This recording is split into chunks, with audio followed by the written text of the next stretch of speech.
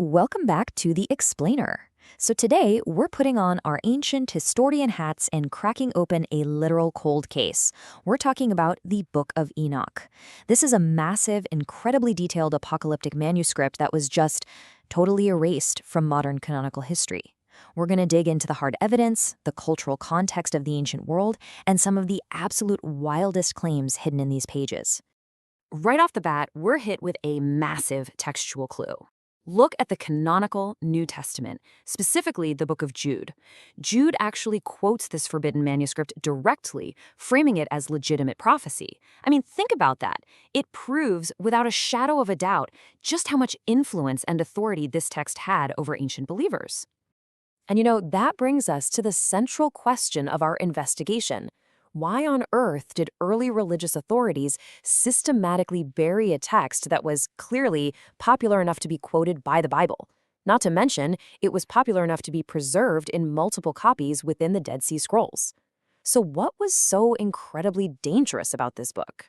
Section 1. The Missing Manuscript Mystery. All right, to crack this case, we gotta track the actual historical footprint of the manuscript. We know it was composed in Aramaic, roughly between 350 and 100 BCE. By the 2nd century BCE, it was deeply revered by the Essene community. That's actually why we found so many copies stashed away in the Qumran caves alongside the other Dead Sea Scrolls. It was widely cited by early Christians in the 1st century CE, but then, well, the tides turned. It faced this massive backlash and was effectively suppressed by Jewish rabbis and 4th century church fathers. Section 2. Rebellion of the Watchers. So what actually triggered the ban? Well, you have to look at the massive differences between the accepted biblical canon and Enoch. In the book of Genesis, you get this super brief, kind of cryptic 4-verse mention of the sons of God mating with human women. But Enoch?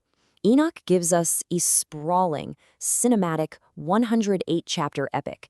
It lays out the exact details of how 200 rebellious sky beings touched down on Mount Hermon to literally infiltrate humanity. The text actually calls these beings the Watchers. Now, according to the lore, these were angels whose original job was simply to observe and guide us. But led by a figure named Semiazah, they totally abandoned their divine mandate. Fueled by lust and outright defiance, they swore this mutual oath to descend into our physical plane, take human wives, and just fundamentally rewrite human history. Section 3. Forbidden versus divine knowledge. And here's the crazy part. They didn't just mingle biologically. They kicked off a massive transfer of forbidden technology. It's basically the Azazel protocol. Specific angels taught us very specific, highly destructive skills. Azazel, for instance, taught humans how to forge swords and shields and, get this, the use of antimony for cosmetics. Yeah, in the ancient mindset, weaponized warfare and personal vanity were seen as equally corrupting forces. Then you have Shemihaza teaching root cutting and enchantments, basically introducing dark magic. Barakiel taught astrology, which pushed people toward fatalism and the occult rather than trusting the divine. We're talking about the premature, catastrophic industrialization and moral decay of early humanity.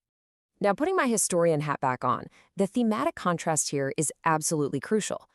Enoch draws a hard line in the sand between two types of knowledge. The Watchers' illicit science brought about arrogance, violence, and total chaos.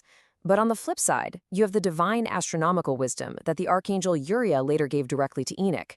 Stuff like understanding the sun, the moon, celestial calendars. That was authorized knowledge. It was meant to align humanity with the natural cosmic order, not manipulate it for selfish power. Okay, so we have this massive dump of forbidden knowledge. But what happens when you mix angelic intervention with human biology? What was the physical consequence of that union? Section 4. Nephilim, Giants of Chaos. This brings us to the Nephilim. The direct offspring of the Watchers and humans were these towering, violent, utterly insatiable hybrids. Now, ancient readers definitely took this literally. They saw them as actual giants. Though it's worth noting some modern historians think giants was actually a metaphor for tyrannical kings of that era who aggressively hoarded wealth and power. But whatever the interpretation, the text says these beings burned through all of mankind's resources. And when we couldn't feed them anymore, they turned on us. They even started devouring each other, plunging the pre-flood world into absolute bloody chaos. So the eschatological Basically, the end-of-the-world response to this nightmare involved a few very clear steps. First, the archangels Michael, Raphael, Gabriel, and Uriel hear the earth crying out. God sends them down to bind the watchers in chains, tossing them into the dark abyss of Tartarus. After that, the Great Flood is triggered. It acted as a literal planetary reset button to wipe out the genetic corruption and the giants that were destroying everything. It plays out like a summer blockbuster, right? But as investigators, we need to look past the literal monsters and ask the deeper question. What real-world historical anxieties actually drove the authors to write the specific nightmare scenario? Section 5. Echoes of the Second Temple. To figure that out, we have to look at the socio-political pressures of the Second Temple period. Remember the timeline? This was written between 350 and 100 BCE. Second Temple Jews were experiencing aggressive cultural invasions from the Hellenistic or Greek empires. So this whole myth of fallen angels bringing forbidden arts is actually a historical mirror. Think about it. The sudden arrival of Greek philosophy, Persian magic, new foreign beauty standards, and highly advanced, brutal weapons of war. It felt completely alien and deeply corrupting. Writing about the Watchers was their way of processing the overwhelming military and cultural trauma of their own time. Section 6. Why they banned Enoch. Armed with all that context, we can finally piece together exactly why religious leaders scrubbed Enoch from the official canon. Number one, it's a pseudepigrapha, meaning it was written thousands of years after the actual biblical Enoch would have lived. Number two, its massive obsession with naming and empowering angels was seen as a huge threat to strict monotheism. Number three, and this is a very practical one, Enoch aggressively pushed a 364-day solar calendar that directly opposed the official rabbinic lunar calendar. And finally, because it was so tightly associated with fringe sectarian groups like the Essenes at Qumran, mainstream rabbis and later church fathers like Augustine just saw it as way too disruptive. So they buried it. Which leaves us with a final, honestly pretty chilling question. The Book of Enoch was fundamentally a warning about humanity acquiring technology and knowledge that we simply weren't morally equipped to handle. So, as we sit here today, pushing the boundaries of genetic manipulation, building increasingly devastating weapons, and obsessively deciphering the stars, are we just repeating the cycle?